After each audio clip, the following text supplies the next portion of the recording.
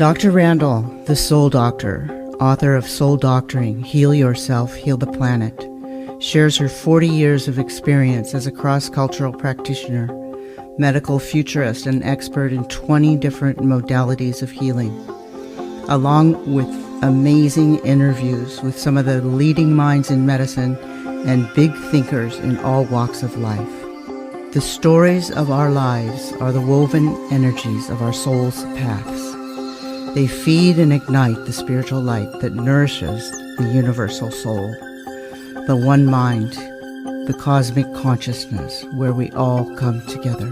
This podcast is going to be a deep dive into the personal stories of people who have made significant contributions to the planet. What formed them? What moved them to become these leaders and innovators that inspire us so?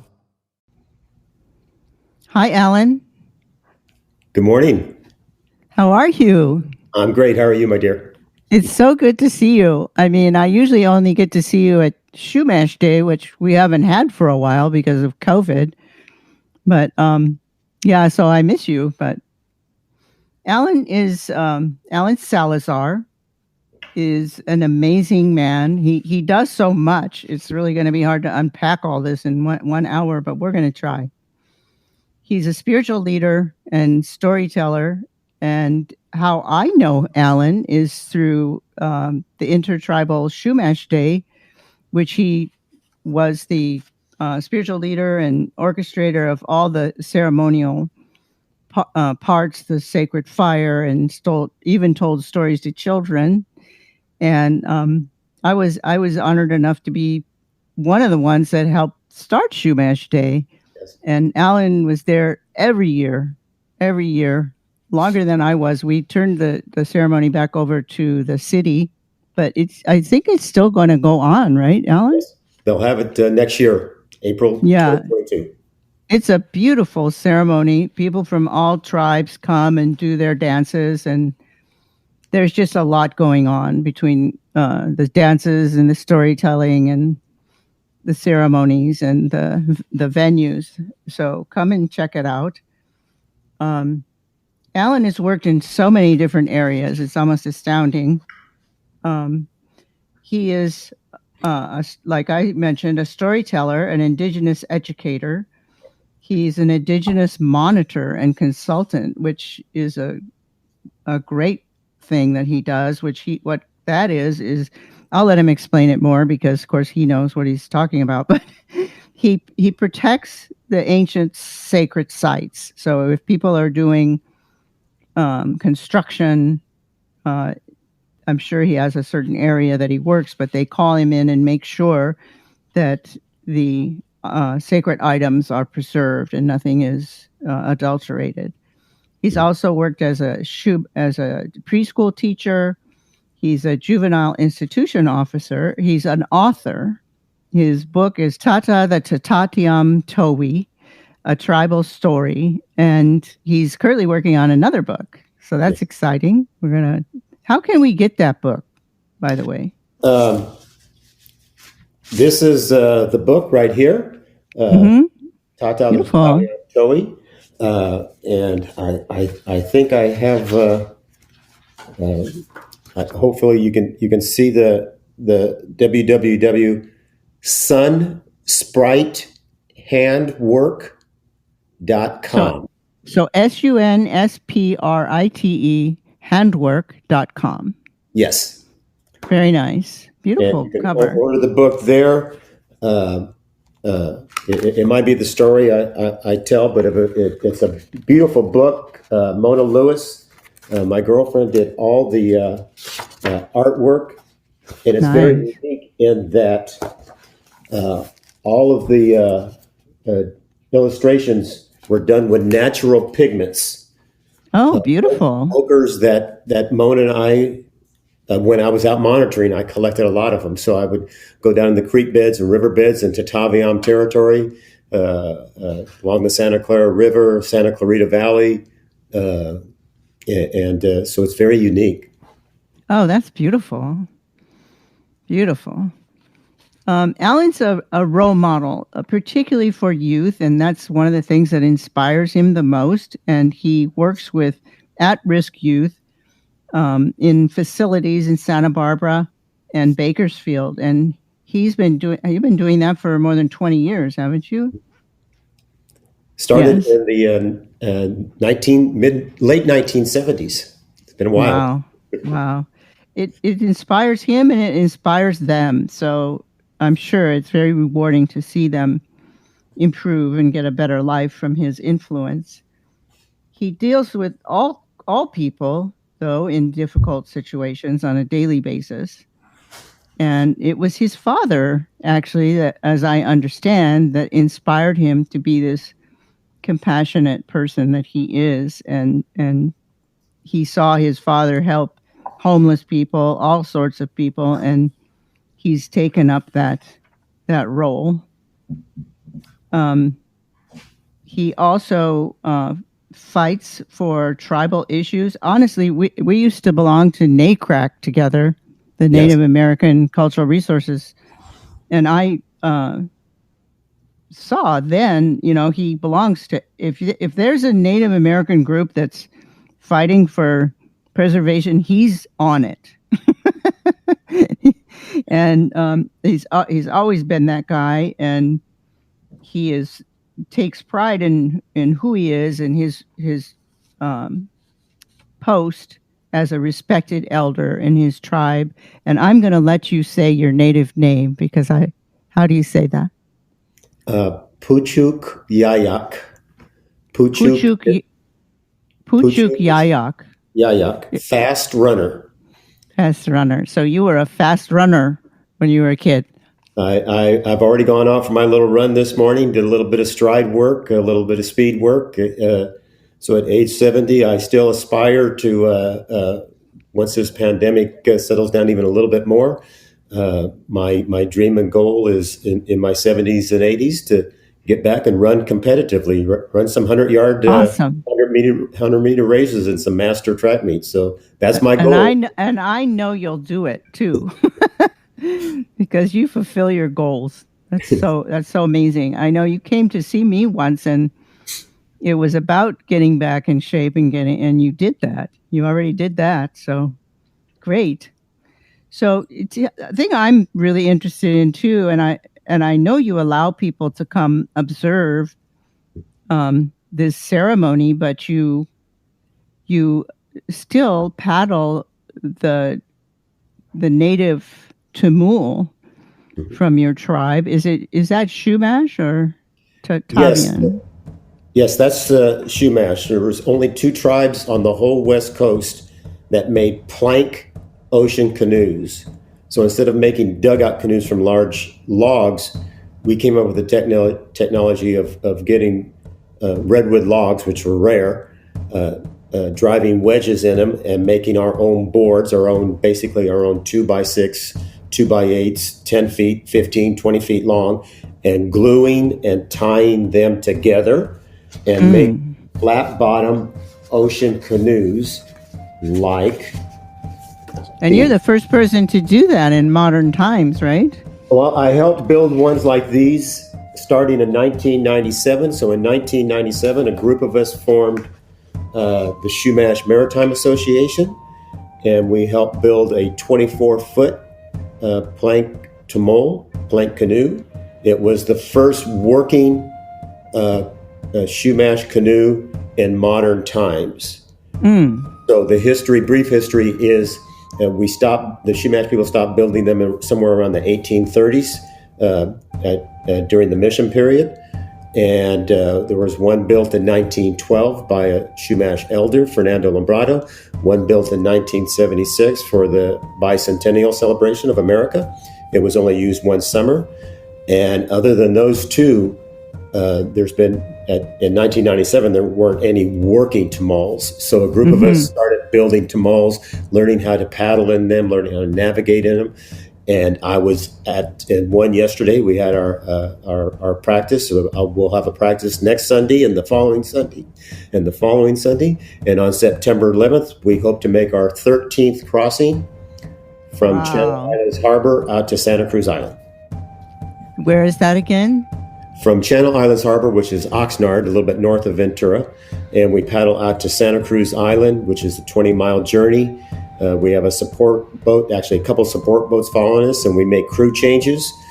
So if conditions are good, we'll take the 32-foot Tamal from Santa Ynez, the Santa Ynez Shumash, and we'll leave at 3 a.m. in the morning. The first crew will paddle about 3.5 hours, and then we'll make a crew change as the sun is rising, and they'll paddle a couple hours, and we'll make another crew change, put in 6 fresh paddlers, and hopefully we'll be at Scorpion at the eastern end of Santa Cruz Island by around 11 a.m. if things go well.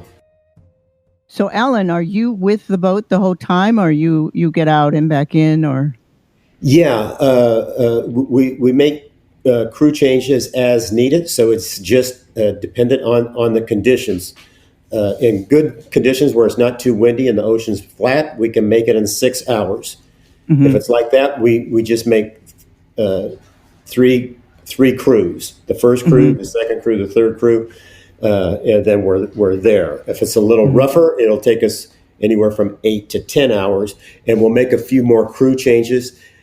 And when you get in rough conditions, I think it was about 5 years ago, we had approximately 8 of our paddlers get seasick. So I paddled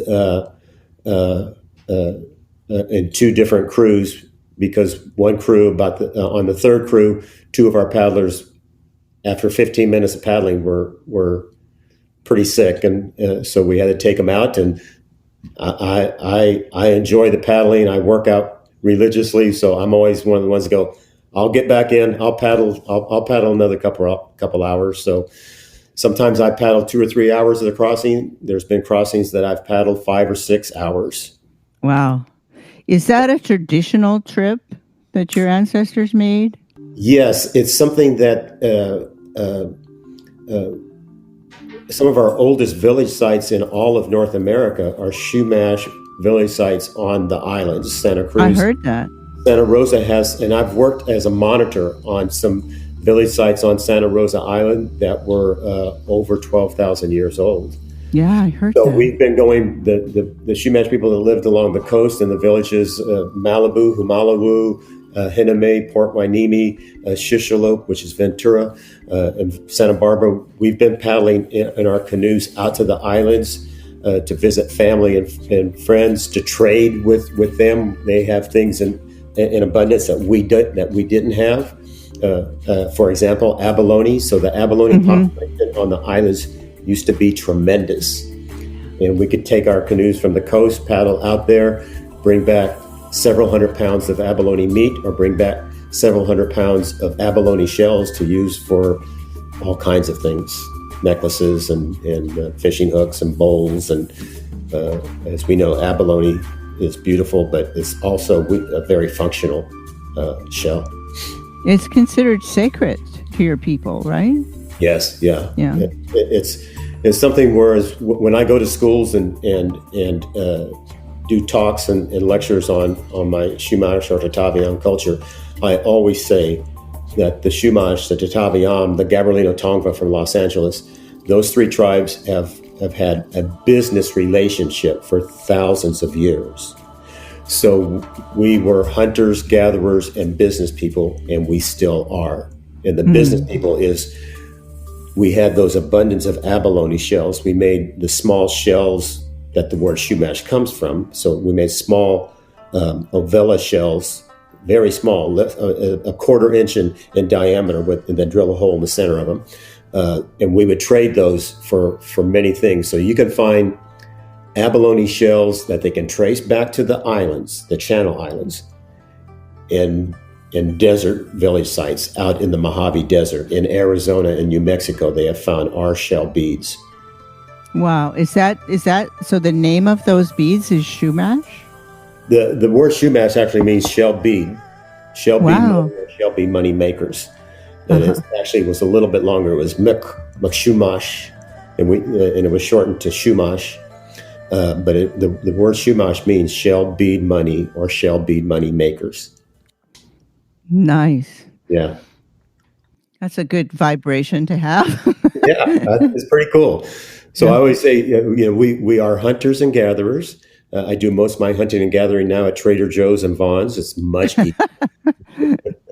But we're still business people. We still trade, and I know Shumash people that I trade things with, and I always have some abalone shells when I get them, and I know I have some family and friends that dive in Northern California, and I do the old bartering. What do you need? I'm growing some really nice white sage. I'll give you some sage bundles and trade for a couple abalone shells. So Right. That's rare right now because of the fires. We don't have our white sage to go gather like we did. Yeah, the drought has really been rough for traditional people like myself. That I help build traditional ops. The Chataviam word is keech, which is also the Gabrielino word. So for house, so the tule to thatch our houses is difficult to come by. The sage that we use in our ceremony, we have to be much more, diligent with it. And I used to go out like most tribal people, especially spiritual people. I would always make an offering of tobacco before I collected sage. So I know where there's patches of white sage that grow wild in various areas in Ventura County and northern Los Angeles County. And I used to always make an offering of tobacco before I collected. But I started this back in the drought in 10 years ago. Lots of times now I try and carry a gallon or two of water, and that's my offering to the plant. And I go out. So those of you that are out collecting sage that know where it's growing wild, take a gallon of water with you and give the plant a drink. It really needs it. Of course, give thanks. All right, yeah. I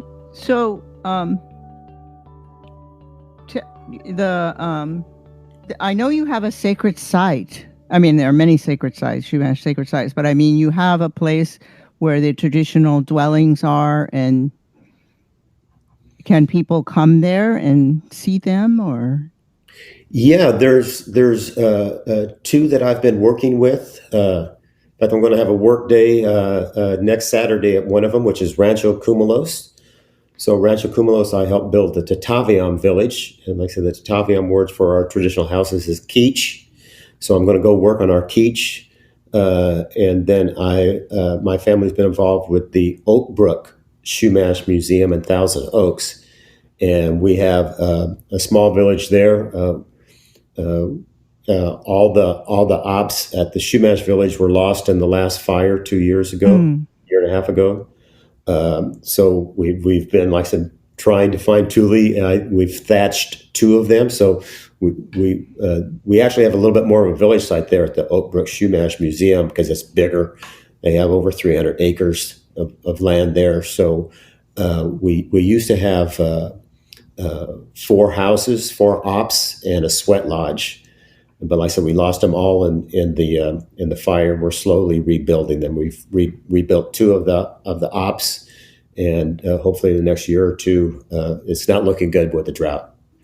Yeah. So maybe a year or two before we can redo the sweat lodge, and the other the wote. Wote is our Shumash word for chief.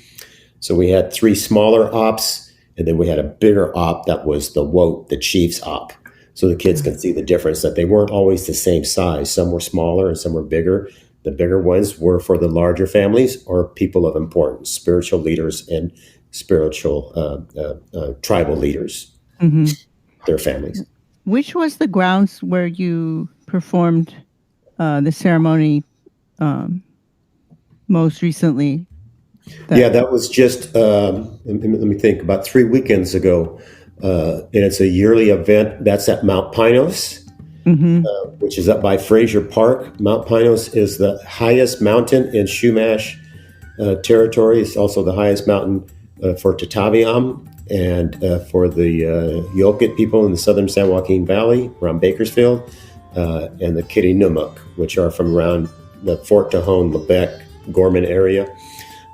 So it's a sacred mountain, and We always do it on a weekend so as many people as possible can come on a Saturday morning. And we do it around the summer solstice. So it's a summer solstice prayer circle, but and we don't advertise. We don't put advertisements in the local papers or anything. It's all word of mouth, kind of the old way of getting the word out. Not even on Facebook. I'll post every now and then. I might post something on Facebook that we're having our prayer circle on Saturday, June the 25th, 26th, 27th, somewhere around there. So this year was, I think, on Saturday, June 26th.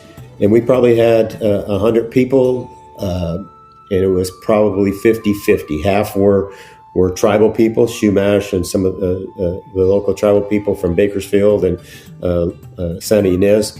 Then local people from Fraser Park, Pine Mountain Club, and people that just hear about it. We had a wonderful group of maybe about 6 or 7 young people that were just camping at the campground, and they came over and were asking questions, and we go, "Would you like to join?" And they go, "Yeah." And they were just thrilled. We shared food with them, and we always share food and then have a prayer circle, and everyone has the opportunity to come into the circle, and we ask, you can pray to whoever you want. You pray to Allah, you can pray to Jesus, you can pray to the Great Spirit, you can pray to the sky people. We just ask that you're respectful and that you make the offerings. We have tobacco there for everyone, and they make offerings to the 4 directions. We have a sacred fire. They make an offering to the fire, and then they pray to whoever and however they want. It's okay in our prayer circle to do this. That's so wonderful. So very, very accepting and open and compassionate. So you've worked, with youths, and they're not all native. They're right in Bakersfield and Santa Barbara. Yeah, like I said, I as a young man, we moved to Bakersfield, and I lived there for 30 years. Worked juvenile probation there. Actually taught preschool, and then went to juvenile probation, and I still have a handful of young people that are now in their 40s that I'm still friends with. And I wish them a happy birthday I send them birthday wishes on their birthdays. And they were, in the juvenile institutions that I worked at. And I was always known as, one of the counselors that was sincere in my, wanting to help the kids and, encourage them to change their life. And, you can do it. If I can do the things that I've done, you can change your life.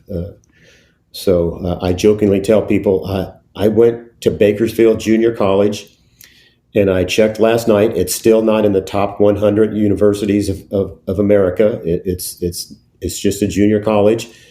So I'm not a highly educated man, but I've met Jacques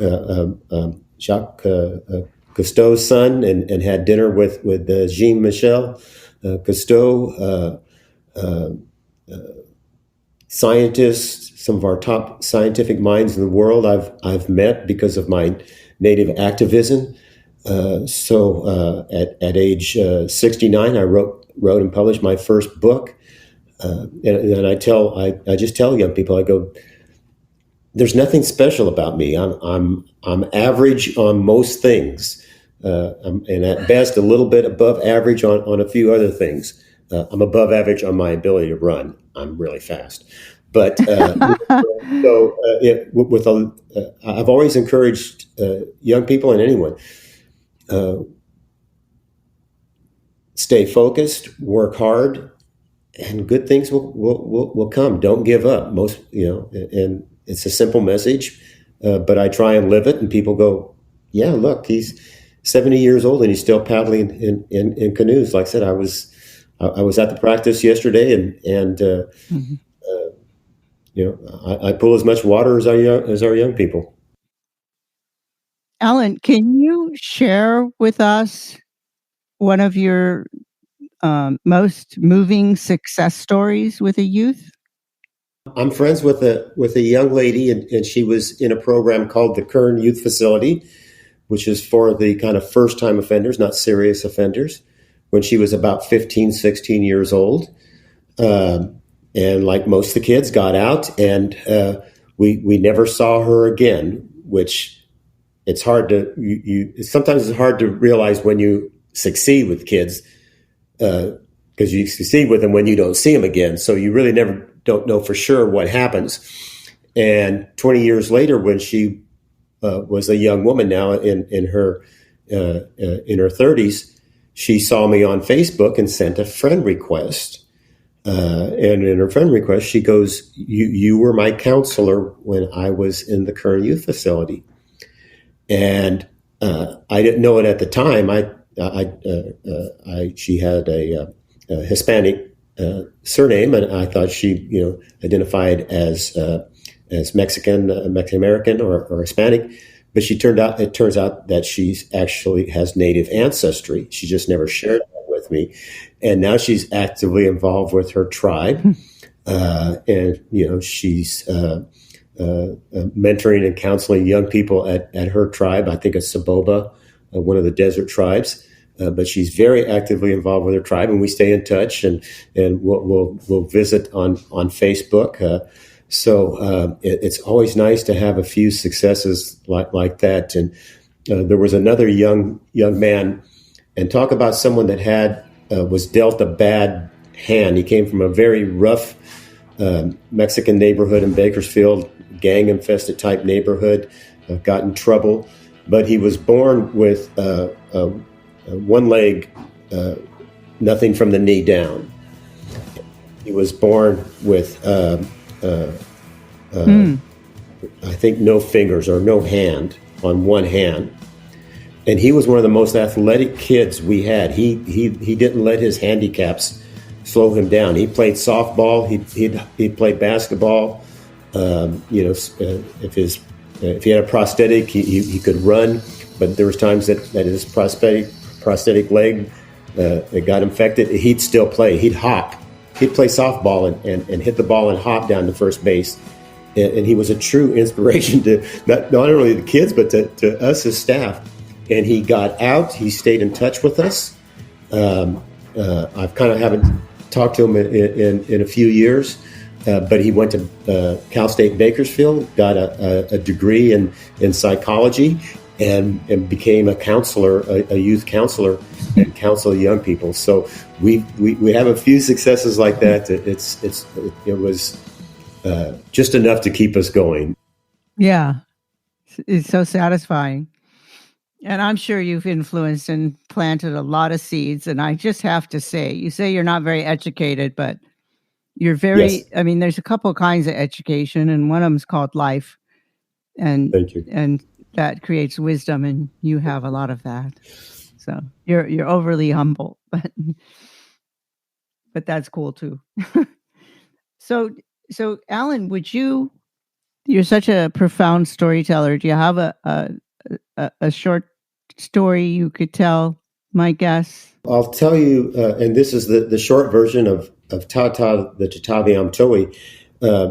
When I was monitoring, consulting at the Rocketdyne Boeing site where we tested all of our rocket engines, I was up there for over 7 years while they were taking soil samples all over this 2,800 acre site. And it's very pristine. It's oak woodland, and most of the buildings are gone now. So all the native plants and brush have come back. And there was this small little bird, a little bit bigger than a sparrow, a little bit smaller than a robin. And they're pretty plain. They're kind of grayish brown.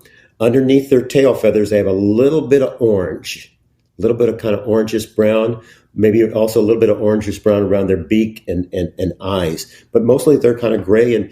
And what I noticed about them is they hop and run and stay under the brush, coyote brush, yerba santa, yerba buena, mule fat, and they eat seeds and bugs. And I never saw them fly very high. Every now and then, maybe 20, 30 feet, and then they'd get underneath the brush. And I became fascinated with them. So I wrote this story of a young towhee bird. So Tata the Chopping Towhee is about Tata, who's a young bird. He's about 5 weeks old, which would make him a teenager if he was a human. And like most teenagers, he didn't believe everything his parents told him. And his mother and father always told him, don't fly too high. Stay in the brush where all the good seeds are and the juiciest bugs. And he goes, why shouldn't I fly high? And his pop told him, he goes, there's killer hawks, eagles, and falcons. And they're very fast, and they have sharp, sharp talons, and they will eat you. Well, being that typical teenager, he didn't believe his parents. He thought they were just trying to scare him. So he flew up one day to the top of the coyote brush, and he looked to the left and looked to the right. He didn't see anything. He flew up to the top of an elderberry tree, and he looked to the left and he looked to the right. He didn't see anything. And then he flew up as high as he'd ever flown before in his whole life to the top of a giant oak tree, the biggest tree where Tata lived. And he looked to the left, he looked to the right. He didn't see any killer eagles, hawks, or falcons. And just then his friend Juan, the sparrow, flew up next to him. He goes, Tata, what are you doing way up here? I've never seen you fly this high. And Tata told his friend about those killer hawks, eagles, and falcons. He goes, I've looked all around. And his friend Juan told Tata, well, look up. And both of them looked up, and circling high above them was a giant red-tailed hawk, 4-foot wingspan.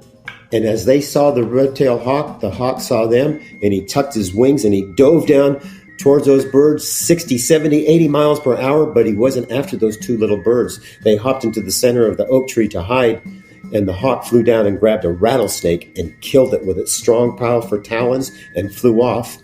And Tata said, did you see that hawk? He caught a rattlesnake, a rattlesnake. Holy moly, our parents were telling us the truth. Maybe we should listen to our parents more closely.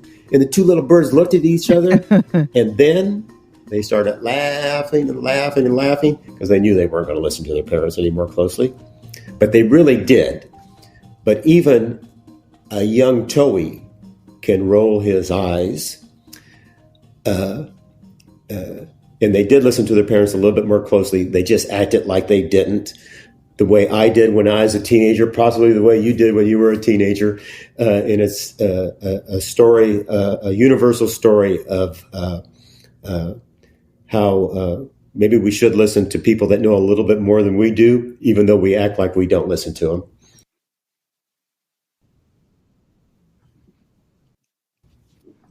Very nice. Thank you. Thank you so much. So, Alan, I know that you've invited people sometimes to come and look at the tamole. Is that when you're working on it, or when you take off, or both? When you take off at 3 o'clock in the morning, or? Well, we've never paddled out and back. Maybe someday, but we usually put it back on one of our larger support boats the following weekend. A couple weekends later, we go back out and get it. So it'll stay out on Santa Cruz Island for usually a couple, 2 or 3 weeks. We have our practices. Right now, we have our practices every Sunday morning. We start about 9 a.m. We're in the Santa Barbara Harbor, right next to the boat launch, where all the little beach by where all the outrigger canoes are.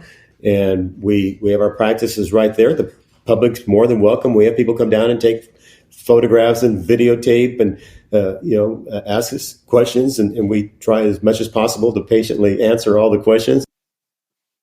We're paddling the canoe out of the harbor, getting a little practice, 30, 40 minutes at a time, 50 minutes, and we paddle back in, and there's no surf in the harbor there, so we're able to just paddle right ashore.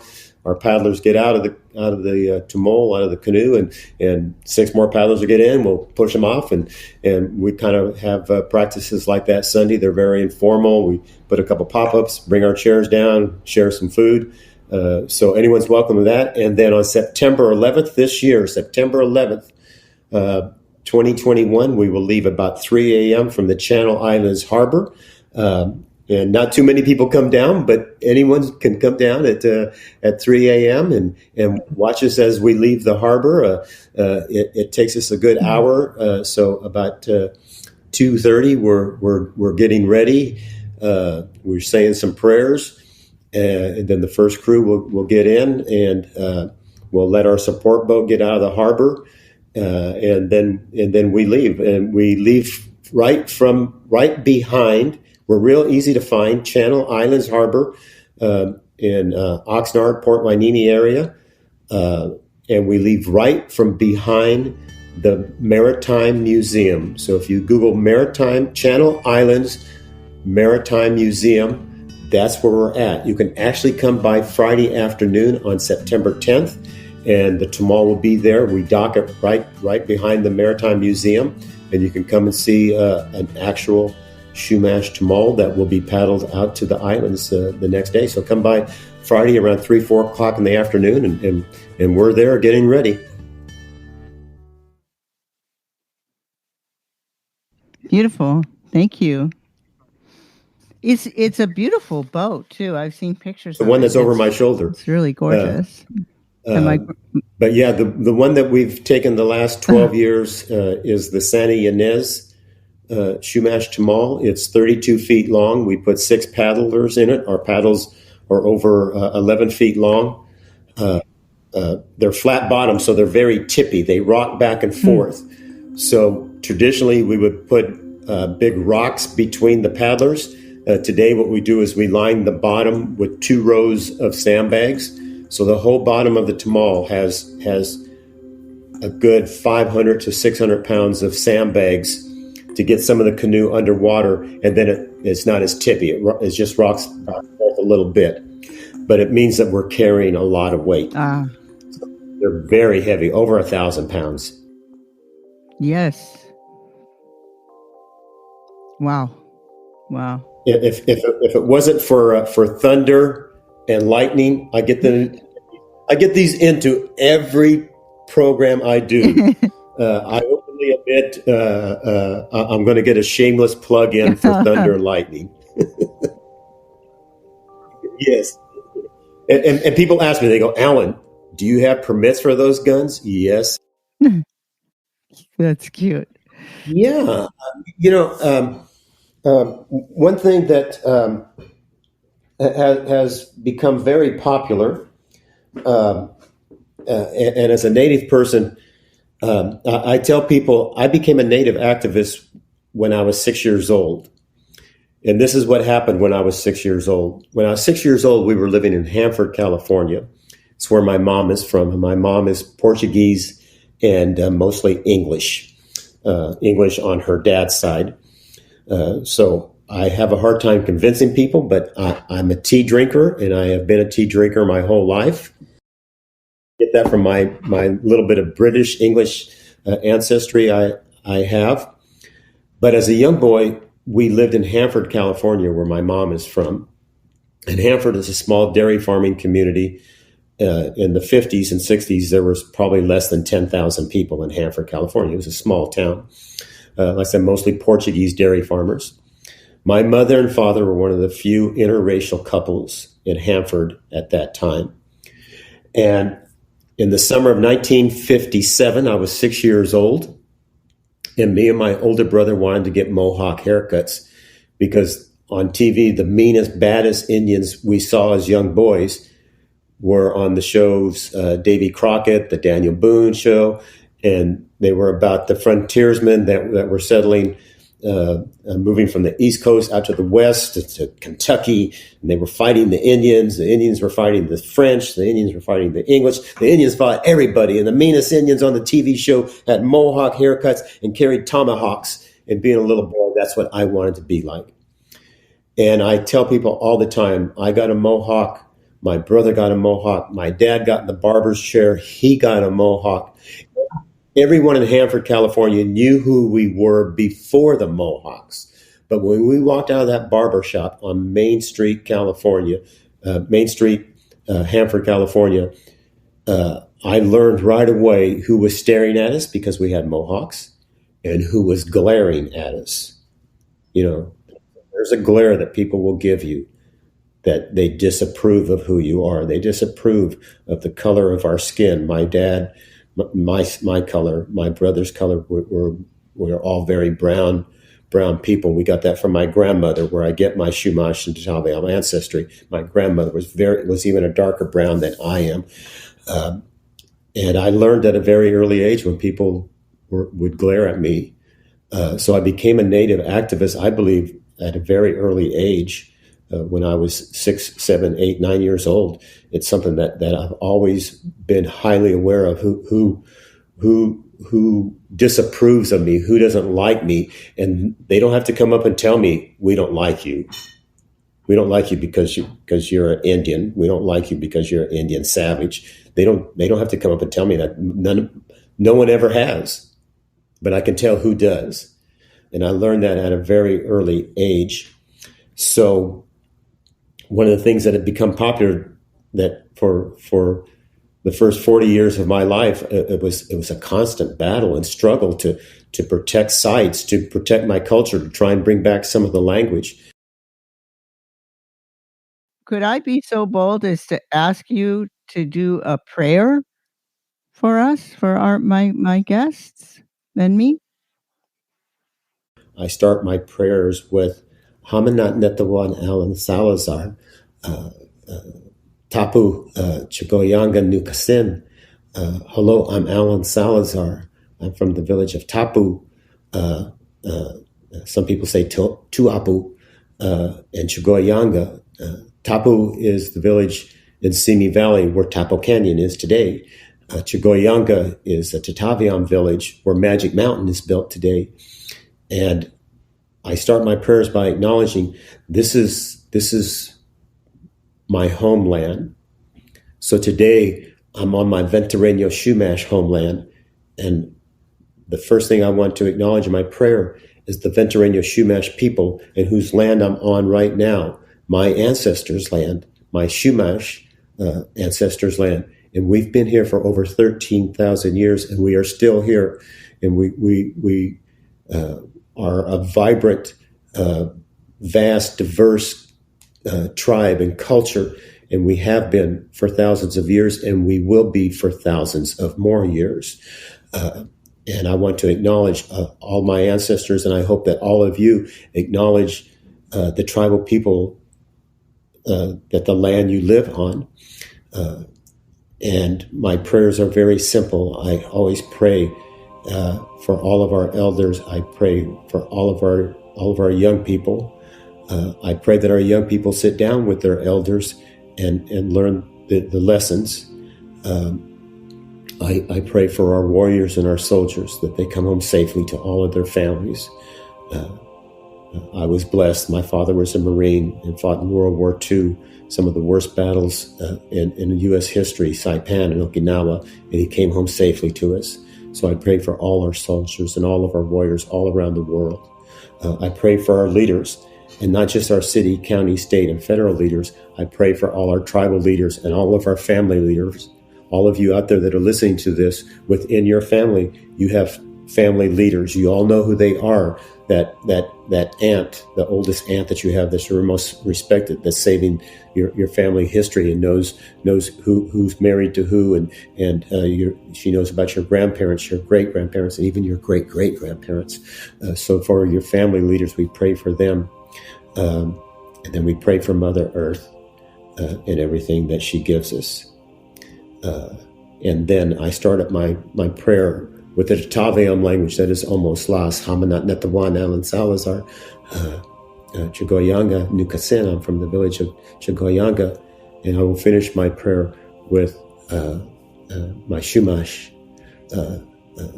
Kisa Shwala, we will all love. Kisa Gantush, we will all believe. Ki Ushka all, we will all be strong. Kian Tikish, Kian Tikish, Kian Tikish. We are all alive. We are all alive. We are all alive. And when I finish this taping, I'll go outside and I'll make an offering of tobacco and white sage and cedar, and thank Mother Earth for everything she gives me, and make an offering. And the reason that many spiritual people make an offering of tobacco and then various other plants, the one common plant is tobacco. in our offerings. And it's because tobacco is a very old plant. It's been around for hundreds of thousands of years. I'm growing native wild tobacco in my garden right now. But since it's an old plant and a gift from Mother Earth, we give it back and thank Mother Earth for all the plants and everything that she gives us. So that's a short prayer with a little bit of family history. Thank you so much. That was so beautiful. I appreciate it. We all appreciate that. Do you have a message for us? Maybe you can leave us with a message, and then I want you to tell us how to get a hold of you and your addresses and so forth. But, it's a difficult time right now on Mother Earth, and we all need guidance on and more focus on how to help our Mother Earth and how to go forward in our own lives. Do you have something that can help us move forward? Yeah, something that I've started doing more of in the last 4 or 5 years is what is called grounding. But as a storyteller, I've realized one of the things that I struggle with is I have hundreds of stories, and I can sit and share stories with people for hours.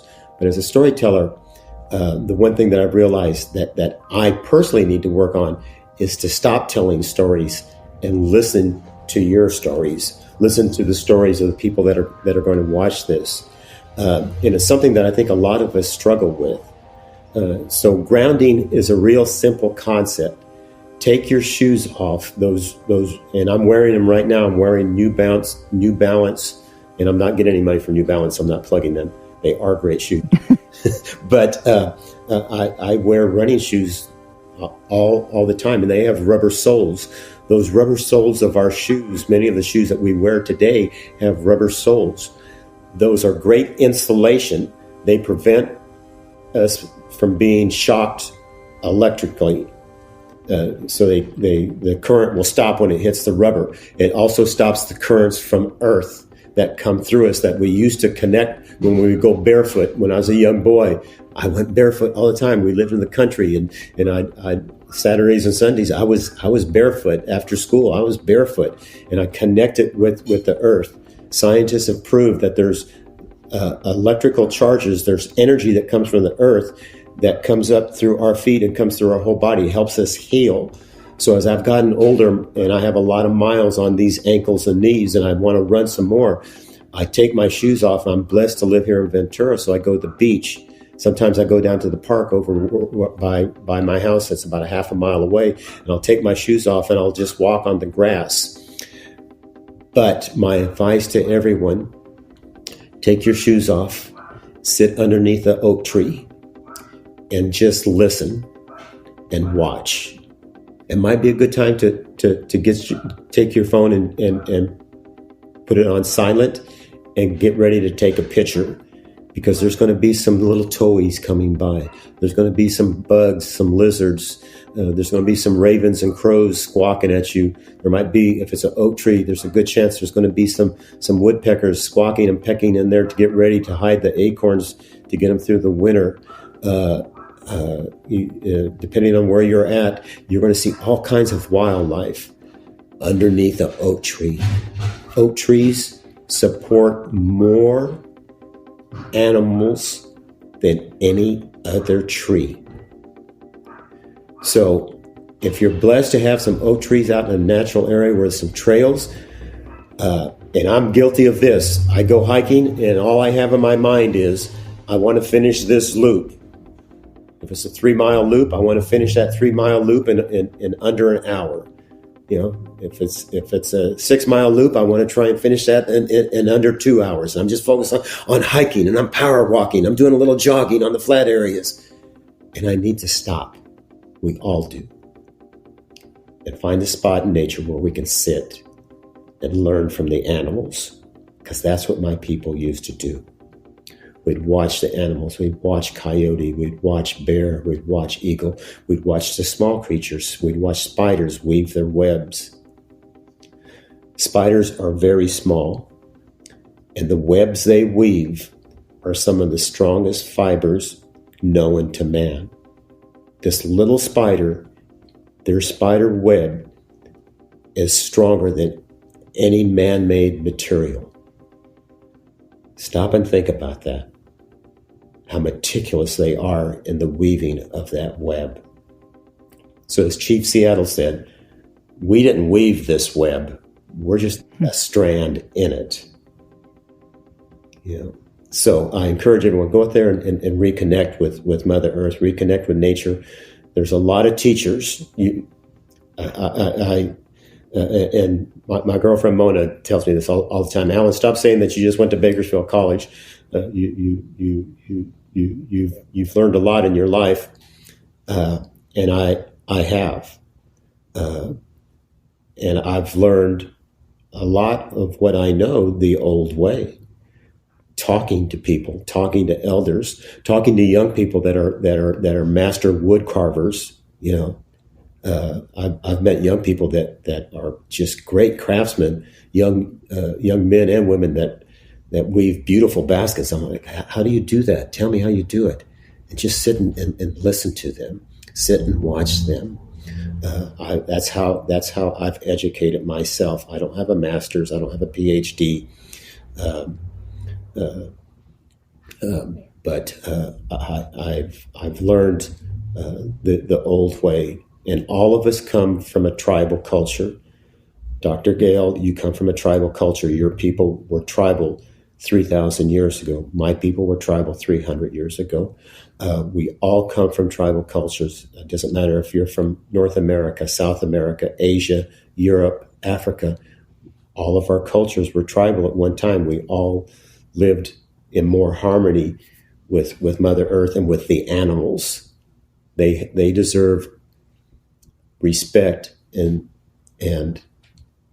these resources we have as much as we do. Stop being greedy, stop hoarding, share. And I'm not talking about Cher, the singer, although she is wonderful.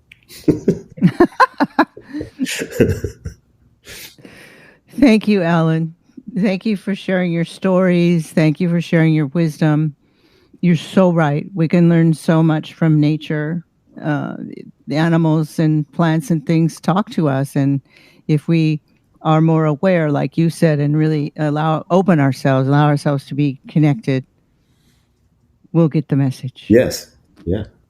So thanks so much. So how do we get a hold of you? How do we find out about your book? What's your Facebook? What's your, all that stuff? Yeah.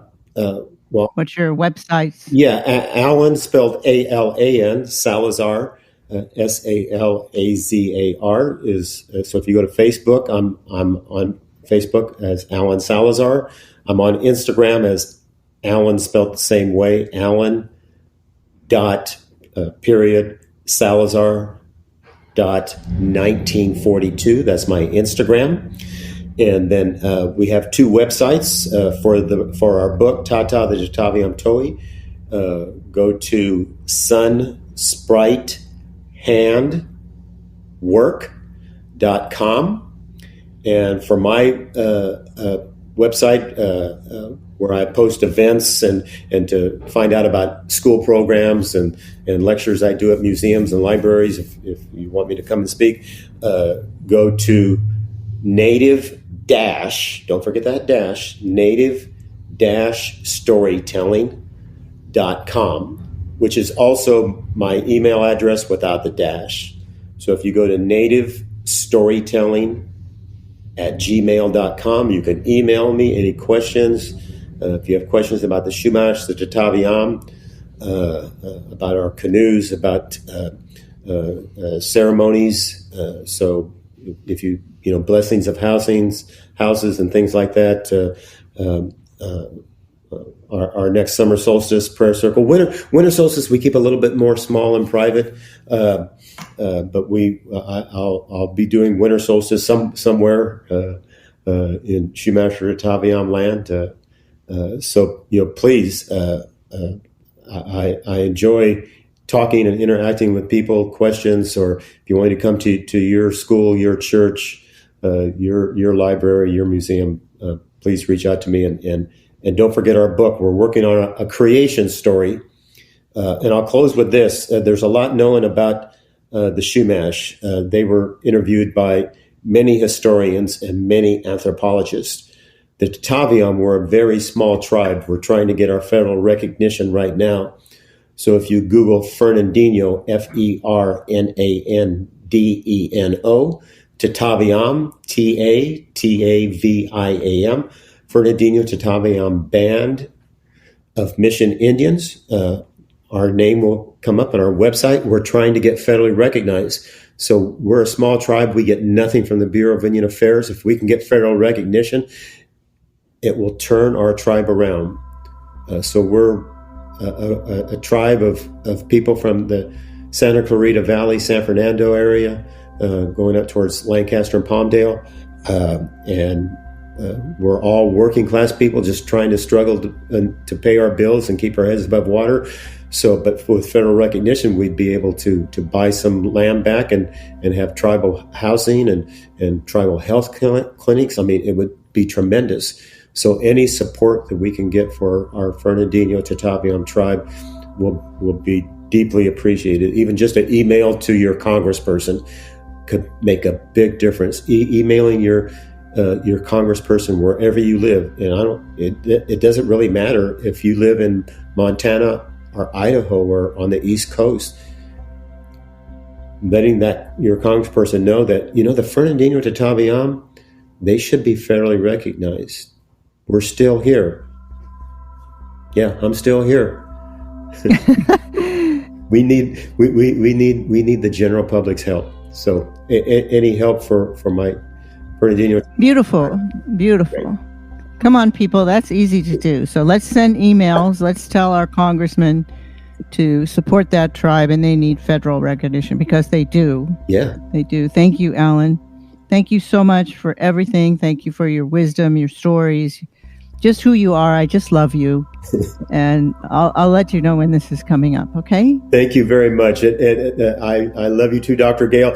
She helped me lose over 20 pounds during the pandemic. I'm in the best shape I've probably been in the last 15 years, and it's because of the diet that she sent me, and I stuck to. So thank you for all the great things that you do with people. So pleasure. Thank you for sticking to it.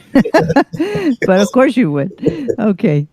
Bye-bye now. Bye. Talk to you soon. Have a blessed day, my dear. Bye-bye. You too. I'm Dr. Gail Randall, creator and host of Soul Stories. I just want to thank you for listening to my podcast. I recently got a notification from the International Podcast People, and I was astounded that so many countries are listening to my podcast in the category of alternative health.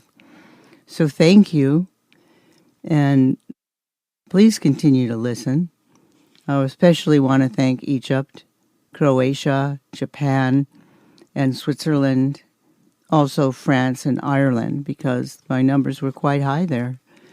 So keep up the good work and check out my Instagram at Dr. Gail Randall, and particularly check out my Instagram TV, where you can hear me talking about alternative medicine subjects and also see me. It's a very good show, and I think you'll like the subjects. It's on 6 p.m. Pacific Standard Time every Friday, but it's recorded there, so you can find it there anytime you look. Okay, thanks again. I love you guys. This is Dr. Gail Randall from Soul Stories, and author of Soul Doctoring, Heal Yourself, Heal the Planet. I want to thank Saltology, our sponsor, at bathsalt.com, which fits perfectly into my medicine bag as it, like me, calls upon the ancient wisdom and modern technology to heal, especially with the stresses and ills of our modern times. The Bokek brand uses organic salts combined with organic essential oils sourced from ancient Egypt to provide a perfect remedy for your bathing ritual and healing from modern stresses. The Relief RX brand is a unique one-of-a-kind healing salt that uses organic CBD treated with a unique emulsification process to create nanoparticles which easily enter the skin to most effectively heal and relieve aching muscles and joints. Whether from chronic inflammation or just a rough workout, this is the perfect healing bath, especially when you add the organic essential oils of neroli, lavender, eucalyptus, or grapefruit. Your body, mind, and soul will be lifted and soothed like never before. Go now to bathsalt.com. I also want to give special thanks to Larry Antonino and Agora Borealis Recording Studio for music and score, and also to closetotheearth.com for IT and computer assistance.